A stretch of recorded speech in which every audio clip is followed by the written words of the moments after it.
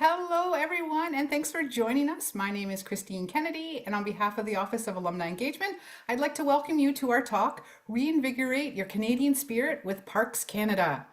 Before I introduce our speaker, McMaster graduate Andrew Campbell, I'd like to take this opportunity to acknowledge that the land on which this webinar is taking place is the traditional territory of the Haudenosaunee and Anishinaabe nations. The territory was the subject of the Dish with One Spoon Wampum Belt Covenant, an agreement between the Iroquois Confederacy and the Ojibwe and allied nations to peaceably share and care for the resources around the Great Lakes. Our talk tonight is part of our Rejuvenate series, which is being sponsored by our affinity partner, TD Insurance, so I'd like to thank them for their commitment to our alumni programming. Just a reminder, for every Rejuvenate webinar you attend, you'll be entered into a random draw for a chance to win one of 3 gift cards for either a MEC, Terra Greenhouses, or Lee Valley, all things that we can use in the spring season. Winners will be contacted the week of May 5th. This talk is being recorded, and you will receive a link and an email that will be sent out later this evening. So feel free to share this talk with family and friends. We'll also send out an email, or in that email, we'll also send out a survey. So please let us know what you think of our programming. So we had a number of people who pre-submitted questions. So thank you to those who took the time to submit those. We will try to get to those at the end of the presentation before we get into live Q&A. And so you might be wondering, so why are we having a talk on Parks Canada? Well, summer is approaching and there is a great amount of discussion on how and why we should keep our Canadian tourist dollars in Canada. And so we thought in the alumni office, wow, well, let's get someone from Parks Canada to do a talk. And lo and behold, we have a McMaster graduate, Andrew Campbell, who is at Parks Canada. So we emailed Andrew and he graciously has put together a wonderful presentation. I had the pleasure of being able to see all the slides before, so you are in for a real treat. Lots of great visuals. So as I mentioned, Andrew Campbell is a McMaster graduate and he is the Senior Vice President of Parks Canada. In his role at Parks Canada, Andrew is dedicated to overseeing Canada's national parks, national marine conservation areas, national urban parks, historic canals, and over 200 national historic sites. He lives in Ottawa with his wife, who is also a McMaster graduate. He has 3 kids, the youngest of whom is also studying at McMaster. So there is lots of McMaster, lots of maroon blood in the Campbell household. So thank you so much, Andrew, for joining us, and I'll hand it over to you. And just a reminder, everyone, if you have questions for Andrew, please feel free to type that in the Q&A box underneath the screen. Take it away, Andrew. Thanks very much, Christine, and good evening to everyone. I, at the first little point, may look slightly distracted as I am trying to share my screen, but hopefully that won't last for very long. I as well will just tell you that I am coming to you tonight from the unceded and ancestral territory of the Algonquin Anishinaabe people. It's always a great pleasure and a daily pleasure to be able to live and play and share these lands due to the gracious hosts of the Algonquin Anishinaabe people. So I am now going to share. And I will just wait 1 second for that to load. Sorry, I am now, there we go. And flipping it over to slideshow. There we are. So, so part of my my goal tonight, hopefully, will be to change your mind a little bit about bureaucrats. Because I'm going to do a couple of things, and one, I will move to the next slide, and one is to get you ready. The batteries in my flashlight died, but turns out you can see more out here without one. Plan your Parks Canada visit.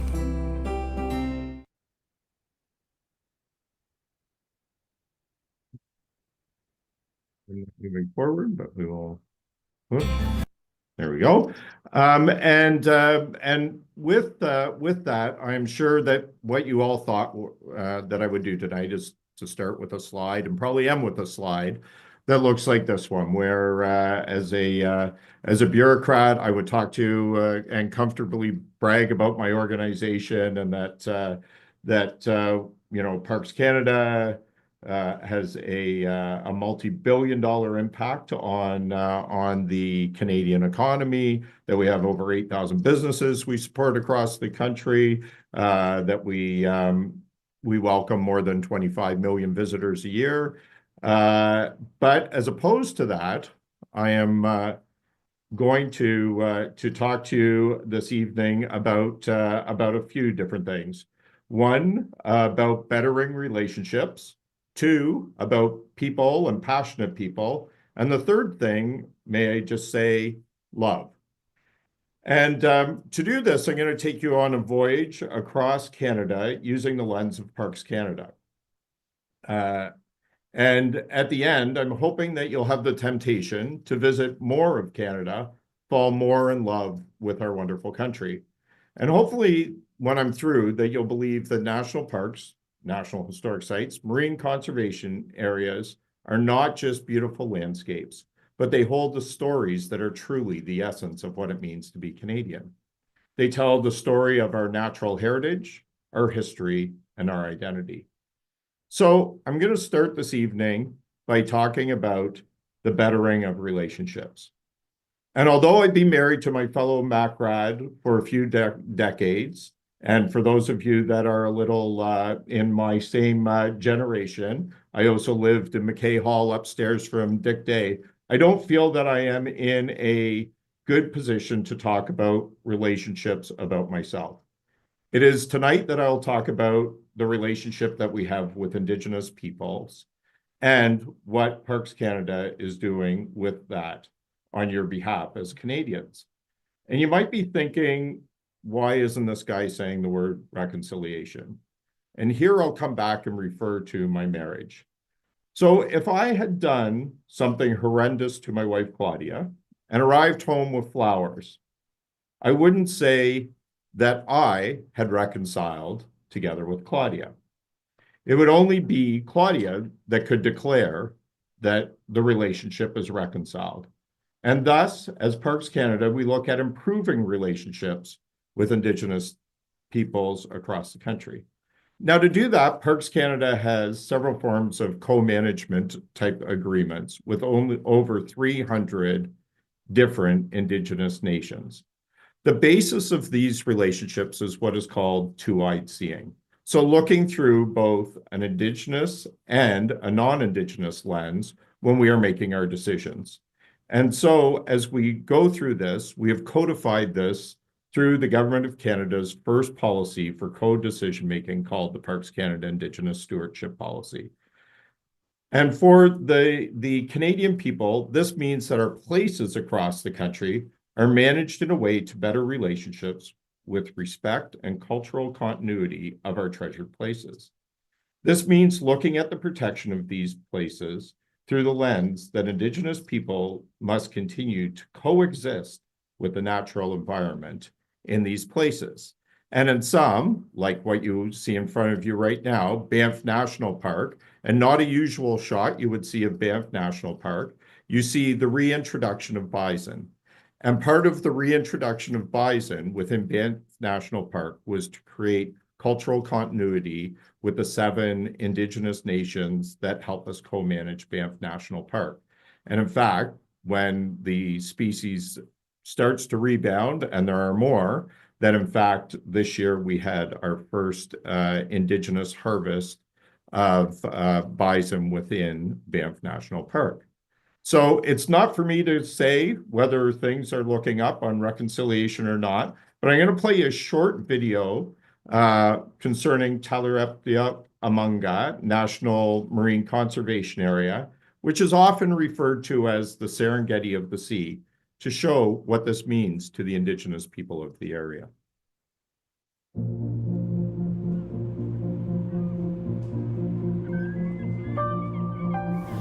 Connecting with the elders and to our group, that was really fun because that's what you do with your family when you go out on the land, the peacefulness of the land. makes you more connected to the people. My name is Sylvia Piwatoluk. I am from Pondinlet, Nunavut. I grew up here, going out on the land and also to the flowage. The flowage is where the ice, the siku, ends. It is where we hunt the marine animals. Tayo mga sukoy sura mata mga katay ng mata ang nasugasto ti sinan. Nuktuti na ti api klarway aktuit AB tamaw na ako sakta katang mata sinani tamani imani. Sa puti si maya kaya katakarwabo kinakurima inong ni at tao katang mata nakigiyaw kat nakatiyabang ni pili makatakat inti kawdi nakatak tu tamaw nga to kakangan ang nito kakangan to ariyan ay gusto katak to nakayok na yung nakayumabagtat.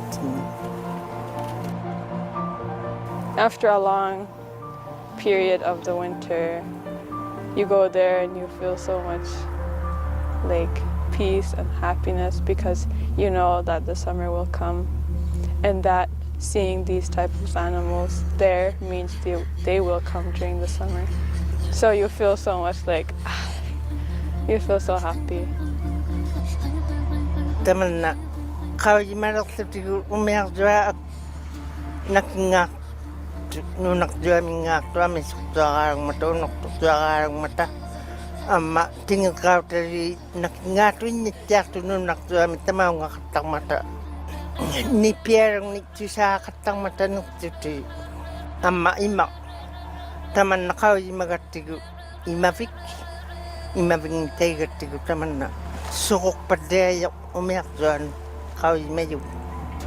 Taman na klimak tao nagsawak dyan, atok tao nagsawa katak tutay.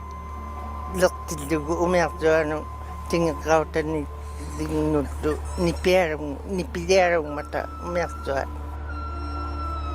I think the most important action we can take to protect the ocean is contributing to Inuit knowledge and their presence in negotiations of the waters and decisions that are made in this territory.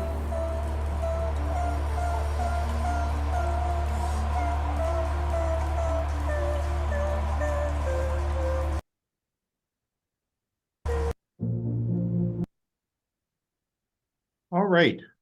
Now I'll move from the co-management that is done across the country and on your behalf with Indigenous people and talk a little bit about passion and the passion of the people of Canada. So across Canada at National Historic Sites, you can certainly hear stories of passion of the land and the country. And these are the stories that brought us to where we are and where we need to go as Canada today. And so for those of you that are close into Hamilton and very close to McMaster, walkable to McMaster, is the HNCS Haida National Historic Site. And this begins the stories that are part of what makes us Canadian. And this is the story of sacrifice and the sacrifice and the heroics of Canadian a Canadian naval vessel, the last of its class, from World War II.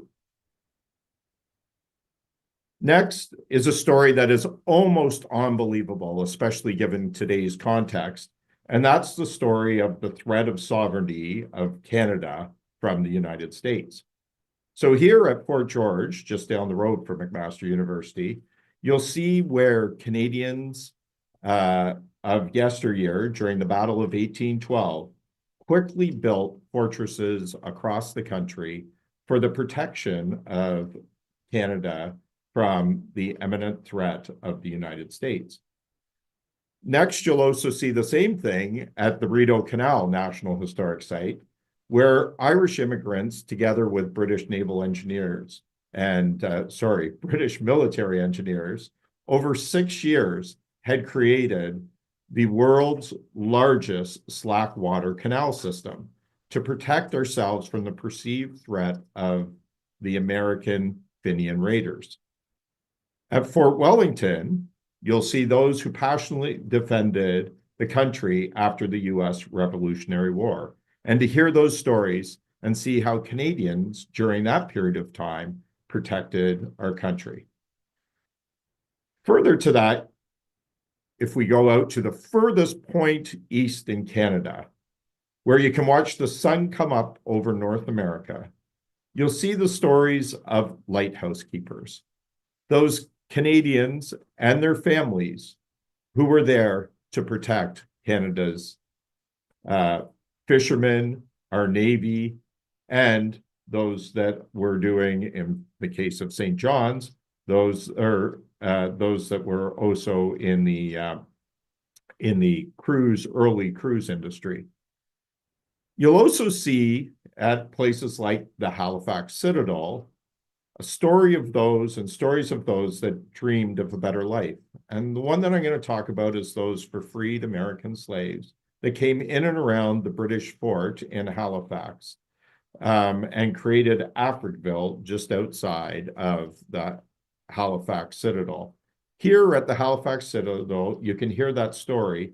And in fact, you'll hear how that legacy of Black Canadians actually had a long history from the first Black woman leading a business in Canada, which was in the Fortress of Louisbourg.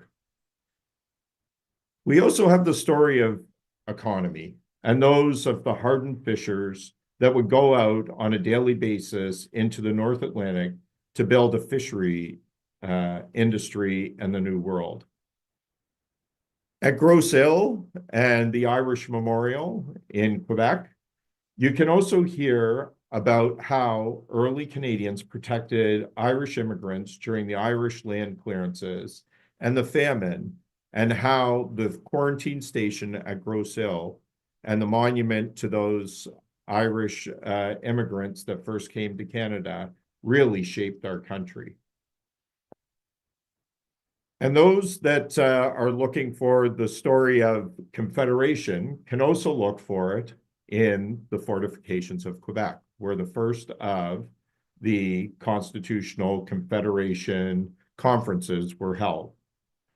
And that led eventually to the Canadian Constitution. There's also the stories of those passionate Canadians that created engineering marvels to build new opportunities for the economy through tourism throughout Ontario.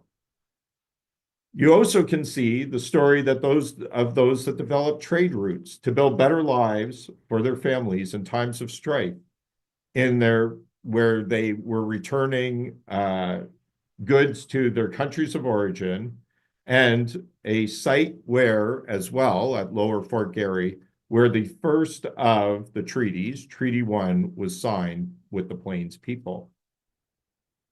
The story of the building of a nation for the Métis people is amply told at Batoche. And Batoche is also an interesting site because it is the first site in 2021 where the government of Canada turned back the land, a piece of the land at Batoche, half the land at Batoche, for the co-management of the Batoche site with the Métis people, so that now that story has a continuing history. As well, you can see at Guahanas at Sagway, which is a World Heritage Site, the totem poles which passionate members of the Haida Nation use to honor their heritage. And finally, at the Fisgard Lighthouse, you can see Canada's sailing history on display, and certainly hear the stories of Canadians that tried to make it through the Northwest Passage. So these are stories of passion that built our country, and will continue to do so with many other stories. And if you come to those Parks Canada places or the nearly 200 other of those sites, you can hear often directly from people that have a connection to those sites, and that you can hear in some ways from those whose lives are still affected. Now, finally, and I know that this is a tough one for people thinking that they were going to hear a bureaucrat this evening, I'm going to talk about love. In this case, I'm going to talk about physical love, but physical not as you're thinking, physical in the way of physical geography. But really, this is the love of nature. And experiencing that love through the 38 national parks, 11 national park reserves, 2 national urban parks, and 3 national marine conservation areas, 3 national marine parks and 3 national marine conservation areas, you can really feel this love of Canada. These treasures are at the forefront of conservation efforts around the world because of the love that Canadians have and continue to show for them. This is the love that our people at Parks Canada have to work tirelessly to protect endangered species, restore habitats, and promote sustainable tourism. You can experience this love yourself by visiting some of these places. And I'm going to start with a bit of a small selection of them so that hopefully you get your taste for some of these places. So I'll start the love story from Canada's newest baby of the family, our newest national park, the Rejuvenate National Park on Prince Edward Island. So this site, responsible for protecting piping plovers, the outer shore, sandbanks, a dunes ecosystem, and it was co-developed right from the beginning with the Mi'kmaq Nation. So here, red sands will entice you. Endless miles of beaches will impress you. And the connection and the stories you hear from the Mi'kmaq people around the area will fill you with a lifetime of stories. Now I'll switch over to the oldest national park, that being Banff National Park. And you may say, Andrew, that's a strange picture to be showing of a national park, especially one of our most iconic national parks with the Trans-Canada running through the middle of it. So as you can see, though, in the background, there's extremely stunning scenery.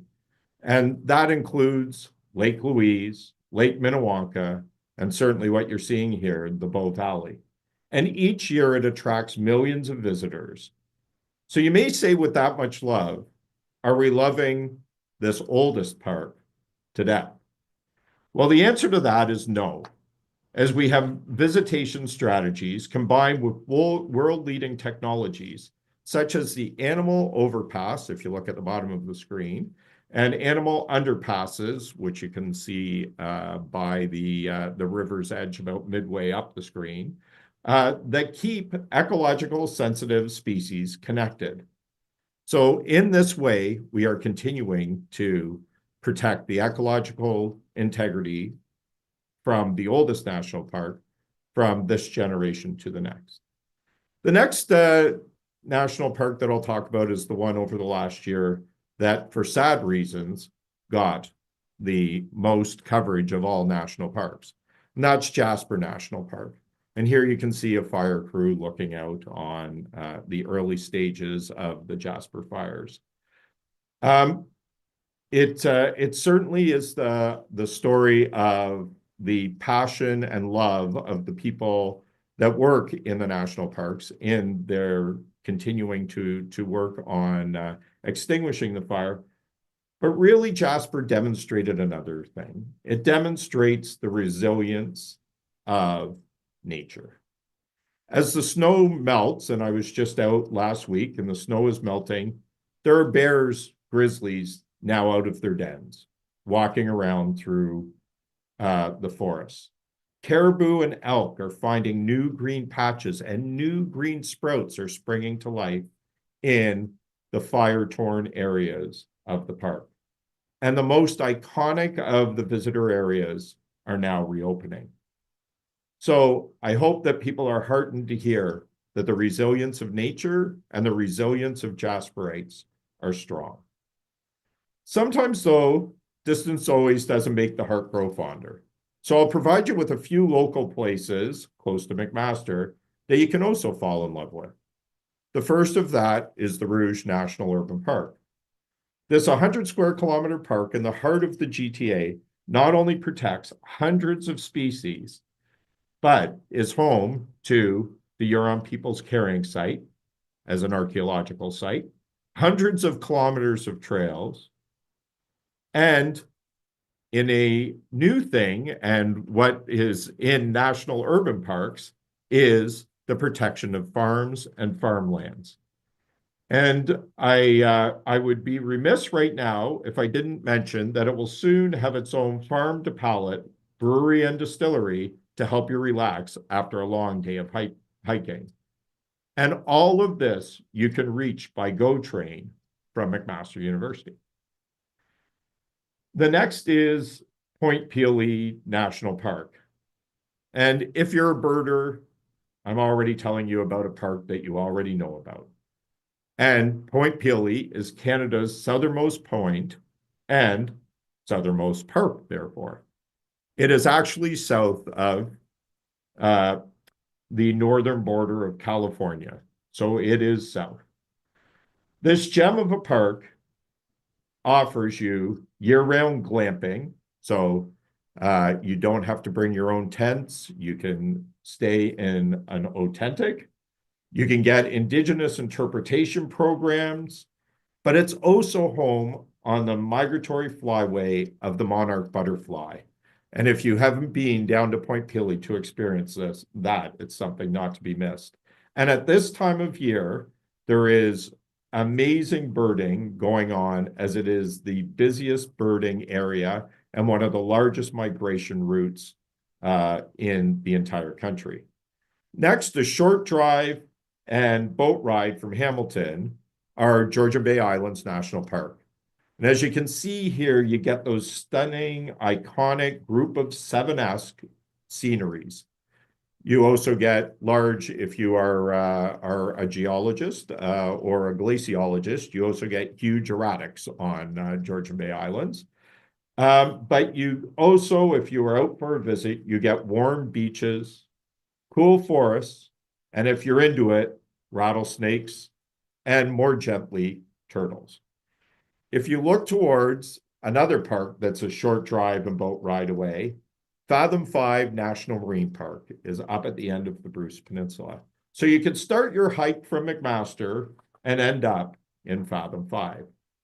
It protects many things, including a diver's paradise of shipwrecks, but also protects spiritual sites of the Saugeen Ojibwe First Nations and a big chunk of the Great Lakes marine ecosystem.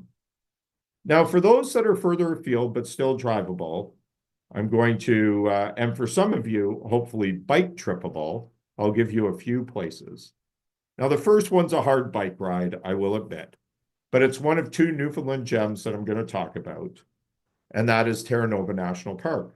But before I do that, I'm really going to confuse people and take you to Saguenay-Saint Laurent Marine Park in Quebec. And the reason that I'm doing so is these two wonders together provide some of the most amazing water-based experiences that you can have in Canada.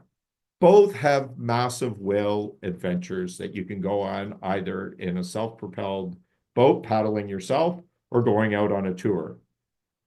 At Terra Nova, one of the things you'll see when you're out, besides whales, are icebergs. But the other is home to maybe Canada's most beloved white mammal, and I'm not talking about that scary bear, I'm talking about the beluga.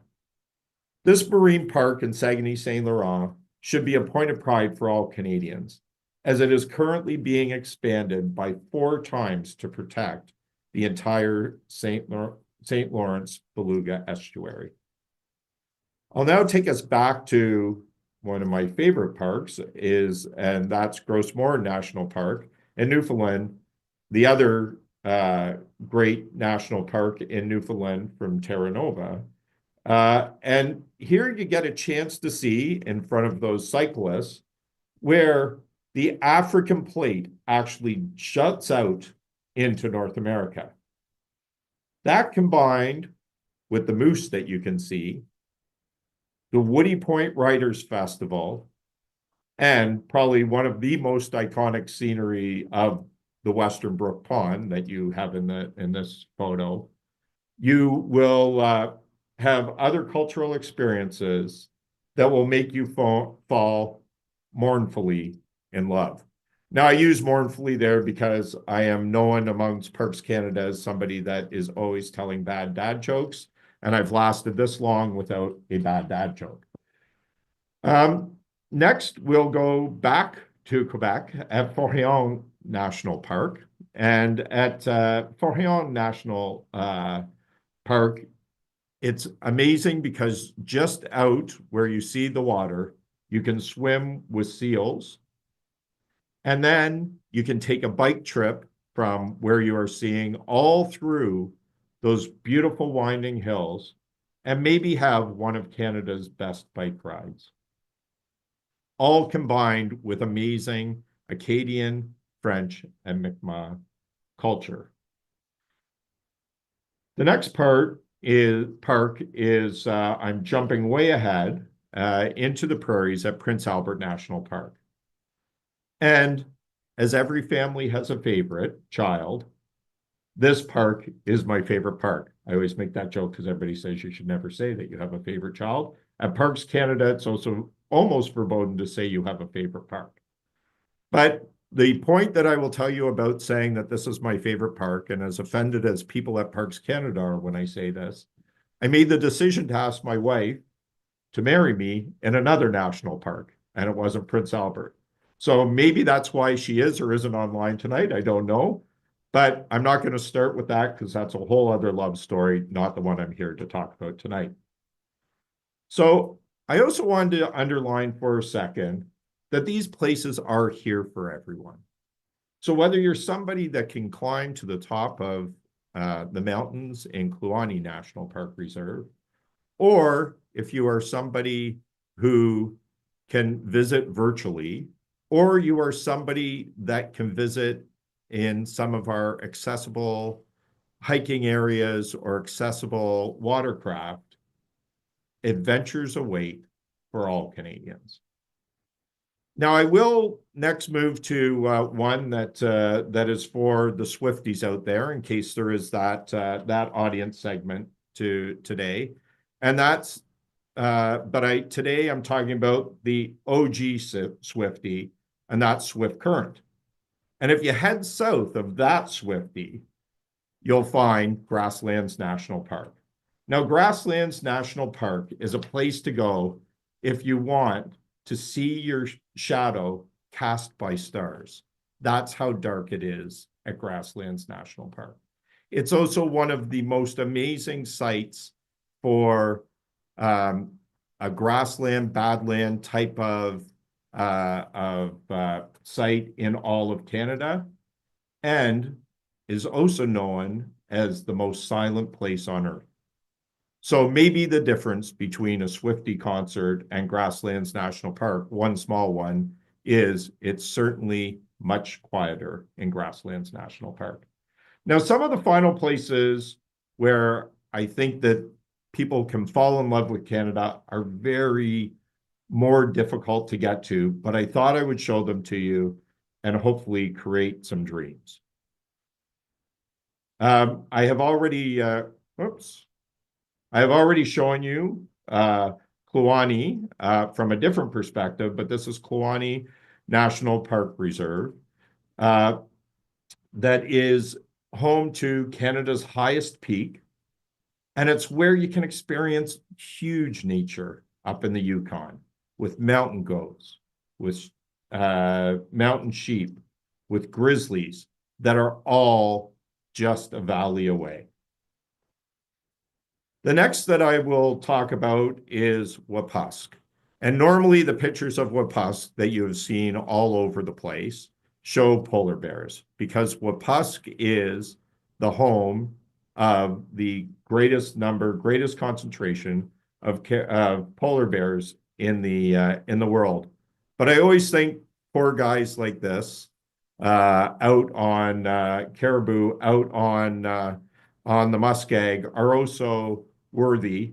And if you love belugas, Wapuska is also a great place to be, where on the Churchill River during migration time of the belugas, they're so thick you can actually almost walk across. The next place that I showed earlier when I talked about Saguay is Guahanas. And the Guahanas Haida Heritage Site is a spectacular place where you can see sea and animal life just brimming, and a place where you can follow the direct cultural lines from the Haida Nation to their arts, to their language, to their culture, and see the intertwining of that with the natural environment all around you. Next up is Nahanni National Park Reserve. And it's hard not to fall in love with Victoria Falls, one of the most photographed areas. But here I wanted to show you the valleys, where around every corner you can get some of Canada's most spectacular scenery, making the Nahanni River in Nahanni National Park one of Canada's most famous canoeing rivers, but also one that has deep spiritual meaning for the Nahanni Butte First Nation. Finally, I'll take you to Iowituk National Park. And Iowituk National Park is full of glaciers, fjords, ice fields, and probably one of the most iconic valley floor hikes that you can take in the world. And it is one of our northern most accessible high Arctic parks. So when you're visiting Parks Canada places across the country, it's a journey through the heart of the country. It's a chance to experience diverse landscapes, rich history, vibrant culture that define us as Canadians. So whether you're planning your next vacation or looking for a weekend getaway, I hope I have enticed you to build your passion for Canada by exploring one of Canada's national parks, historic sites, or marine conservation areas. I assure you, you'll not only create unforgettable memories, but you will fall in love or deepen your love for the beauty and significance of our nation. And with that, I'll give you one quick ad. Water is our guide, our teacher, the life force of Mother Earth. Along this water, our story is told. Come hear it for yourself. Plan your Parks Canada visit. And with that, I will turn it back to you, Christine, with a lot of thanks. Oh, thank you. I always make notes, and there are a lot. Obviously, there are lots of parks, national parks in Canada, but there were a lot there that I had never even heard of. So I'm particularly enticed by the Prince Albert Park. Like, why is that your favorite one? So very few times, well, at least in my life, but very few times I think in people's lives do you have one of those moments where you feel really the hand of God come down and touch you. And I had that in Prince Albert National Park. I had flown out to Prince Albert from PEI and was arriving there at about 2 a.m, and it had snowed from about noon to about midnight. So when you come up the south end of the park, it's an entire birch forest. So you have to imagine all white snow, birch forest, and suddenly out of nowhere, the clouds parted and it was all aurora borealis, northern lights, and the trees sparkled and the ground sparkled. And I got out of the car and I stood in the middle of that for about what I thought was 5 minutes. And when I got back in the car, it was 4 a.m. So 2 hours later, and I had no idea I was out for that long. And it was just one of those moments I think I will never capture again in my lifetime. But it was really one of those moments that, you dream about, and there I was in the middle of it. Oh, that sounds fantastic. My friends know. I feel like I'm not a true Canadian because I've never seen the Northern Lights, and this is on my bucket list. I need to see. I've been to Iceland, I've been to Newfoundland, like in higher places, and I've never seen them. So I maybe Prince Albert is where I need to go in the middle of That's winter. it. PA in the winter. That's it. And, before I get into the questions, you were talking about how you travel quite a bit. So, what is the most fun part of your job? So the most fun part of my job is actually spending it with a lot of Parks Canada people and with First Nations elders. So I'm part of at Parks Canada, we have what is called the Indigenous Stewardship Circle that oversees the Indigenous Stewardship Policy, and I'm part of that. And we've traveled to many sites together and hearing the stories of both Indigenous people, but also being out and absolutely immersed in nature. Now, I was saying as well, Christine, a lot of my job is getting on a plane, driving several hours, listening to a grievance hearing or having some local business tell me why we're not doing a great job, getting back in the car and driving 4 hours. Now, it's in the most beautiful areas of the country, so I'm not going to complain that much, but it is great when you are just able to be out either with our people or with the Indigenous people that we co-manage our places with. Oh, lovely. Well, it definitely feeds into sort of the theme that you have about stories, right? So even when someone is displaying their perhaps displeasure with you, there's still a story there. It's all about the stories. There is for sure. Yes. We have some questions coming in, but I did want to get to some of the pre-submitted questions. Now, you did mention when you were talking about Banff, I'm looking at my notes here, and you talked about, visitation strategies, right? Because Banff being one of, as you said, it's our oldest, but probably one of our most iconic national parks. The question that came in that I thought was quite interesting was, how has the popularity of Parks Canada locations affected the preservation of endangered habitat and wildlife? What is the downside of ecotourism to our national parks? Are we encroaching too much on these preserves when we visit in person? The effects of our collective carbon footprint. Do you have any thoughts? Yeah, so with the collective carbon footprint, I will say there are ways of getting to many of our national parks in public transport types of ways. So, if that is a concern that you have, certainly there are those ways. We have a great partnership with Via Rail. I'd be remiss if I didn't mention that, that you can lower your carbon footprint if you want to go further afield. And many of that, they've got ways of then getting you from the train into the national park. So that is one of the strategies that we use is that of moving people sustainably, because obviously the movement of people, but also the concentration of people. So every now and then Canadians will go, why are you concentrating us all when you're in a place like Banff up in Lake Louise? Why is there a lot of concentration around Lake Minnewanka? Because the more that you can concentrate people into sort of visitor zones. And most Canadians, quite frankly, never go more than about a kilometer or two off from where they have parked their car. So to think about those and put them in less impactful ecological zones is part of our planning. And so we do that. We also have ways of shutting off certain areas at certain times of the year. So as the wolves are going through on Highway 1A through Banff, we shut the highway and so you can't go through that way in a motorized vehicle. So there are a number of different ways, and I talked about some engineering ways of overpasses and underpasses, and they're used quite extensively all across the country. Oh, nice. Okay. Well, thank you. And thank you for that question. So you're talking about, carbon footprint via rail, but for people who like to travel in, RVs, or like camping, car camping or whatever, we had a question. So do the parks keep some sites unreserved for travelers who would like a site at the last minute or within a week of arrival, specifically RV sites? Yes, and I hate to promote that too much, but 10% of all of our sites are non-reservable.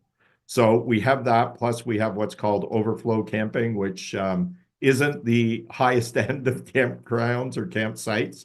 Often it's in an area that we use for staging in another time of the year. But it's very seldom that we will have somebody that comes and needs an emergency place to stay or needs a place to stay on the day that we aren't able to find some way to accommodate them. So yes, reservations are always suggested because it helps us plan everything from staffing level to the amount of toilet paper that we have on hand. But certainly there is, if you are last minute, like myself, then there are always some places that you can sneak into. Oh, wonderful. Okay, that's good to know. So Daniela is asking, if you have a Parks Canada annual pass, do you get a discounted rate? Do you get a discounted rate to rent a cabin at the parks? So this is a hard thing to answer during a electoral period because they've both made commitments on that, the two front runner leaders. So I will say at present, no, there isn't a discounted rate. We do for people that have annual passes. We do have some special events that we run with national pass holders and those sorts of things, but not a discounted rate. All right, thank you. So we all know as Canadians, before the summer, sort of like the shoulder season, we have black flies and insects. So someone asked, what is the best way to deal with black flies and insects? It is lovely to enjoy the parks in all season, but the bugs can be challenging. Hear, hear. There you go. So I always make the joke that that Mealy Mountains National Park is the home of bugs. The Wonder Strand is one of the most incredible places in all of Canada, but you go a few feet into the woods and you are covered. So there, a bug shirt is pretty much the only way that you can that you can survive, and sometimes a bug shirt soaked in musk oil. So I'm a big fan of topical insecticide. So I guess I shouldn't really use a brand name, but musk oil happens to be one. So that is the one that I use. And you know, from everything that we've heard, that together with sunscreen can you know, both be on your skin at the same time. So that would be my suggestion. But if you don't want to do that, certainly a bug shirt, and because of some of the areas that I have to go in and some of the times of years, the bug shirt is the only way actually to live through that. Sort of on that note, because in Hamilton, or obviously I am working at McMaster, you know, ticks have been a real problem as they've sort of encroached from the states coming up. Are there parks that are sort of tick free in Canada? Like, is Yep. the tick, like, I'm thinking specifically with Lyme disease, sorry, that's Yeah. the deer tick. Is that still just sort of the border? So, you know, Southern Ontario, parts of Quebec, or do we have Lyme disease tick problems across Canada? Yeah, generally in the southern areas of Canada, Lyme disease is more of an issue. And certainly, if you go on the Parks Canada website of a park that you're going to visit, there will be two things: one, strategies if you do get ticks, and what to do if you do get ticks, and two, areas to avoid in order to be able to avoid those ticks.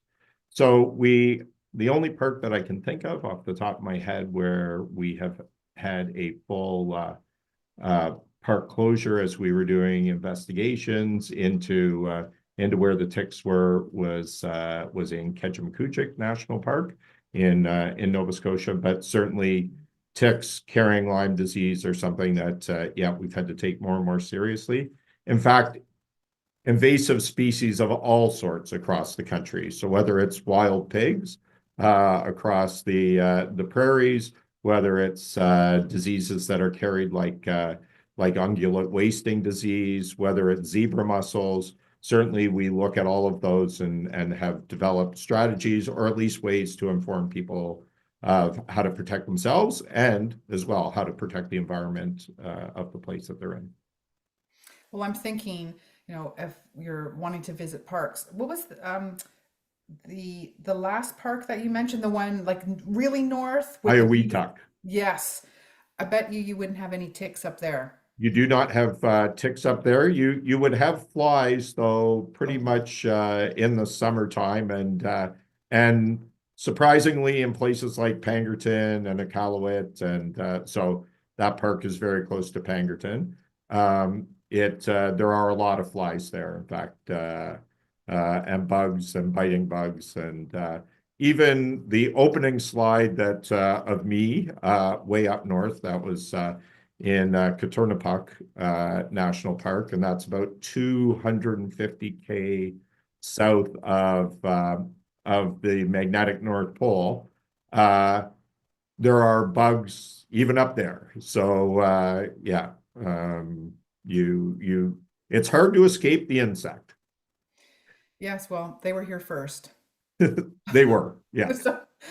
So okay, on this, I'm on a real insect kick here. You'd mentioned Point Pelee, which is obviously very close to Hamilton, and you talked about, I knew that it was a big birding location, like a migratory birding sort of stop, but I didn't realize that about the monarch butterflies. So when is the best time if someone wanted to see that migration path? Is it twice, like when they're going down and when they're coming back?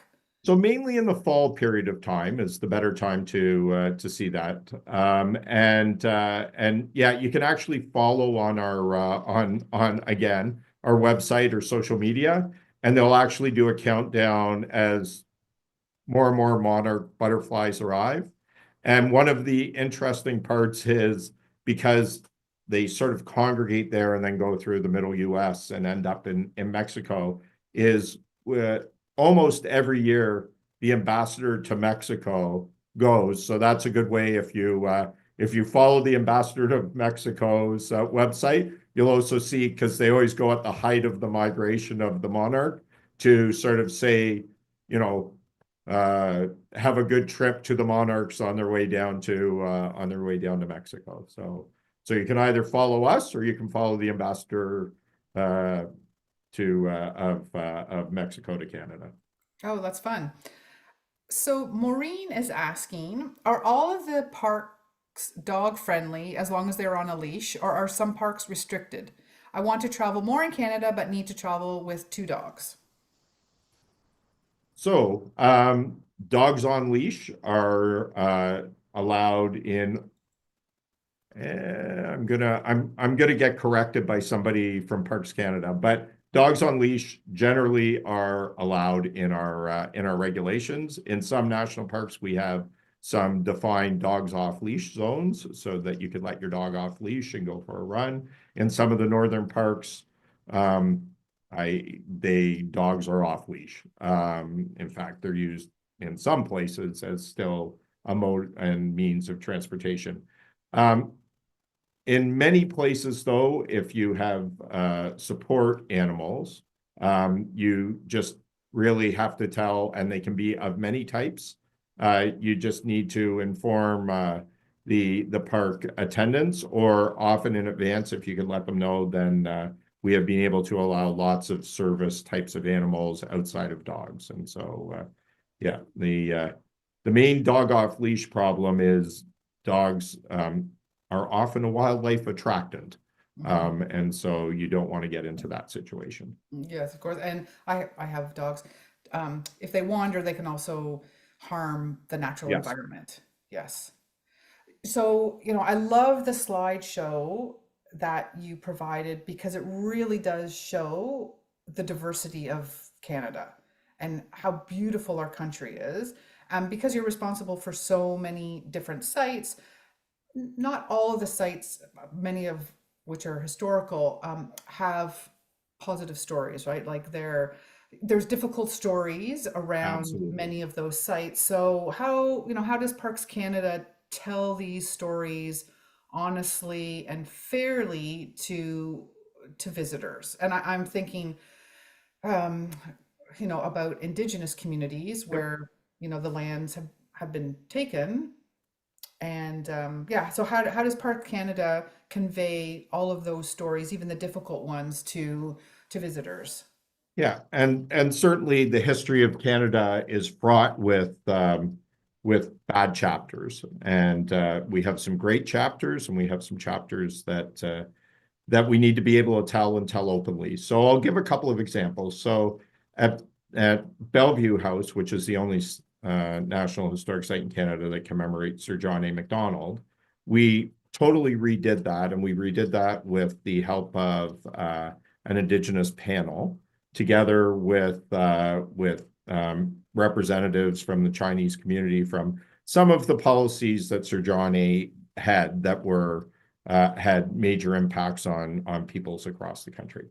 And so the retelling of those stories and having people being able to look at a historic figure like Sir John A. from multiple different perspectives has been super important. And that's that two-eyed seeing.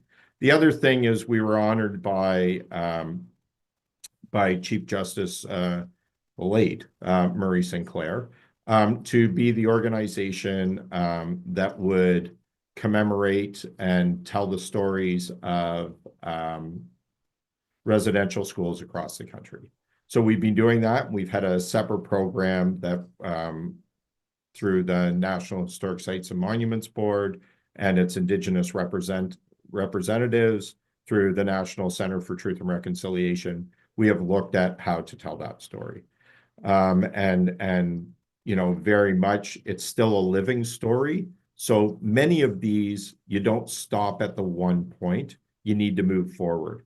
So I did mention when I was talking about the Halifax Citadel, how Africville came out of sort of that freeing of slaves from the US into the North. And there are some sad chapters in Africville, certainly some you know, racist and parts that Canadians should not be proud of. And the key is to tell those stories. And so that is how, as Parks Canada, we interpret those sites.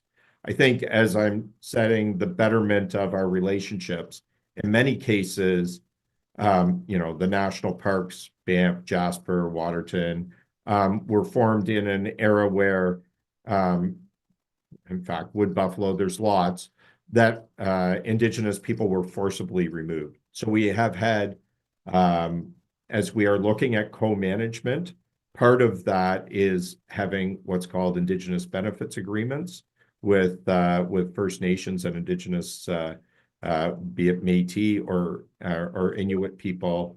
And so I look towards that and think, you know, that you have to tell those stories. You have to have that building of better relationships. And that is the way that, you know, hopefully we can move on from some of those chapters, still remembering them and still ensuring that we are creating fairness today. Mm-hmm. And raising awareness, right? I think that's, absolutely.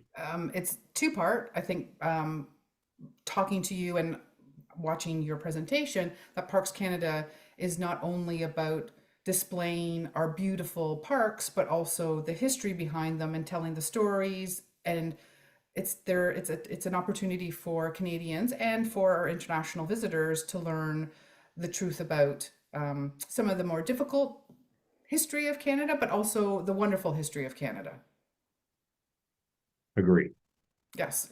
So I think on that note, everyone, grab your pad and paper, you know, and then you can start jotting about all the different places that you want to see in Canada, whether you are in the West Coast or the East Coast. You might want to move to one or two provinces over to visit, or maybe you want to stay in your own province, because there is surely no lack of place to visit. So Andrew, thank you so much for taking the time to teach us all about the wonderful parks that we have in our great country. Just so people are aware, we actually do have another talk week today, Tuesday, with Robin Esrock, who is a renowned travel writer and best-selling author, and he's going to sort of continue the talk on all the great places in Canada with a talk entitled Adventure Awaits, Canadian Travel Bucket List.